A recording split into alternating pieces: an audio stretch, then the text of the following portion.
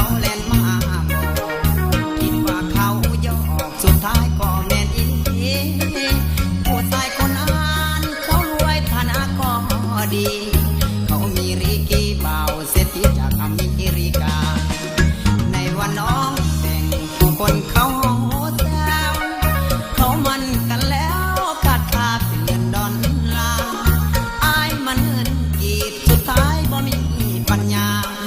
ความดีสร้างมาบ่มีคะแนนเลยโอ้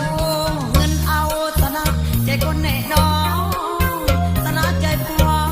ใจแม่ชนะใจน้องเขามาทีหลังเขายังได้เป็นเจ้าของไอ้ต้องถูกน้องเลี้ยงไว้ถ้าเจ็บแบ่งสาลาเอาเงินดอลลาร์เอามาเลี้ยงแม่ได้ลูกเคยก็ลูกเคยเต่าแก่แม่น้องคงมีหน้ามีตาใจเงินดอลลาร์ให้มันคุ้มอายมีลูกสาวหน้าดำฐานะก็ต้อยต่ำมีเพียงเงินกีบ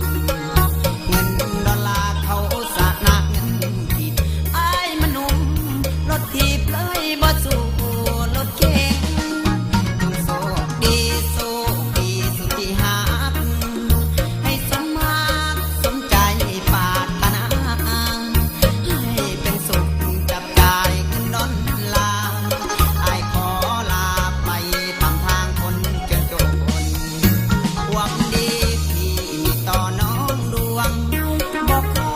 ทักทวงทางคืนดอกน้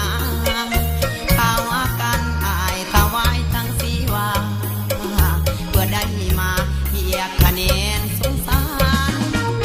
ถึงยามหน้าอายช่วยตายแดดจะไม่ฟาดจะห้องอายบอดสนนี่ละน้องหัวใจคนหาคนอายบอดสนฟาดจะห้องฝนตกห้ำ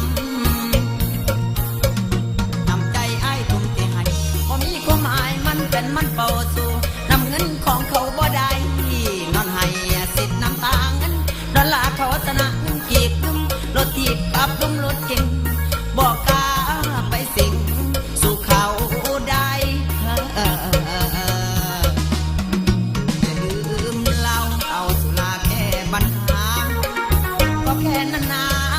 ลืมได้ก็สู่อักขาวถามใจตุนนิดอย่างใดจะลืมเขาละครบทเศร้ายังเป็นเงาหลอกร้อนใจอยากจะบวชเป็นพระผมพาลืมคนทั้งเมืองเขาจะยังควันเฮาคิดอดีตอนาคตนั่งทบทวนขาดเนื้อนวลไอ้คงบ่ตายเอาเวลานี่แหละเป็นน้องดนไปมันคงเกิด